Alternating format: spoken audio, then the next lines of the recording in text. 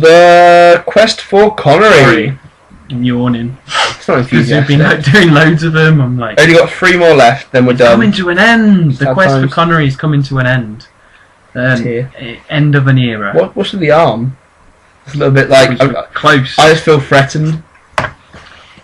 But I think I have the way to introduce this one. So it's review number 63. Yeah, and the way to best introduce it, I guess, is like boop, boop, boop. And it's come up out of like water. I would say the best way to introduce it to him. Because it's a submarine film. I got it.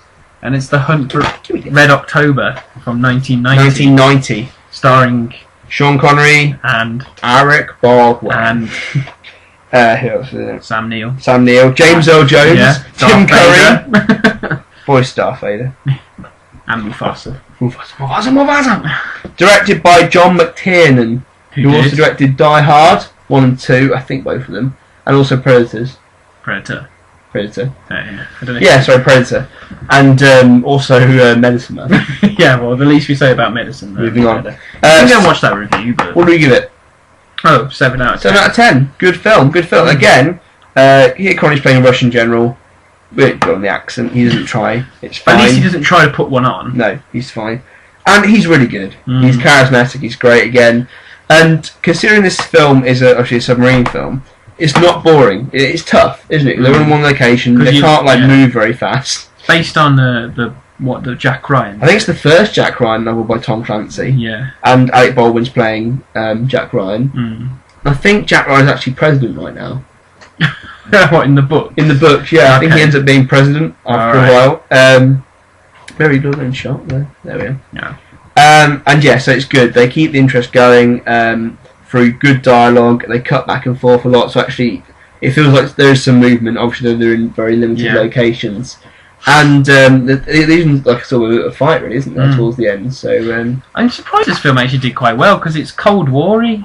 And the Cold War had obviously kind of come to an end, because we'd seen one of his films fail the Russia House, and that was because no one really cared anymore. Same year. I think this might have just come out just before it properly ended, but maybe it's kind of like rather it's kind of looking at maybe the film's kind of set maybe 5 years before, well, kind of like looking at it in a historical way. I think also because it's pro-American. Yeah. Connery's defecting. That's a big thing. Yeah. Which you find out right at the start, but his crew don't know that, so it's very American. Good old Alec Baldwin's a good American hero. Very popular. And Alec Baldwin's a rising star. A very popular novel. Yeah, as well. very popular. So, which adds I guess it it wasn't going to fail. I haven't read the novel, so I can't compare. But it looked well. It's a good film. So. A thick novel. What can we say about this film? We said most things. Yeah, it's good. It's good. Yeah. Entertaining. It's to criticise a little bit. Yeah. Alec Baldwin's not the most. He's not great, really. Not is the he? best leading guy. He fulfills the. He's not the leading guy because he gets completely shadowed. He's shadowed by Connery, though, isn't he? Yeah. I think he's found his niche now in comedy. Yeah, definitely. Not comedy on TV. I mean, he was really good in Beetlejuice as well, which is kind of comedy. The Party was very good. Supporting actor. I think perhaps he's more supported than leading actor then. Yeah. But yeah, he's completely overshadowed by Connery. Yeah. And despite that episode, there are a couple of points where it's sort of just like, oh, you're on a boat. Get on with it. Yeah, and it's like... It does need to be a bit more kind of entertaining, I guess.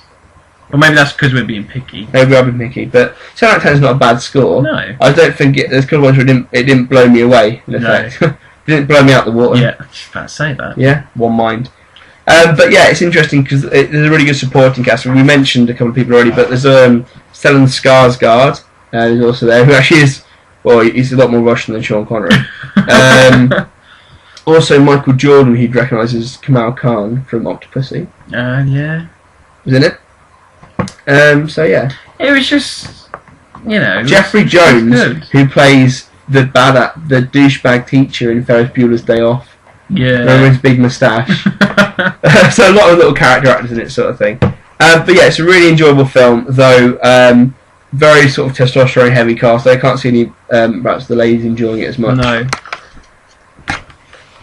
So perhaps don't take it on a romantic date film, particularly. Sit down, sit back, just think about it. Don't enjoy. Yeah, don't want to be blown away by excitement. Yeah, it's a good film. Slow burner. But we're saying that a lot tonight. Yeah, slow burner. It is a it's slow a big burner. climax. I mean, it's not even a massive climax, but it's a satisfying climax. Yeah, and well done, Connery.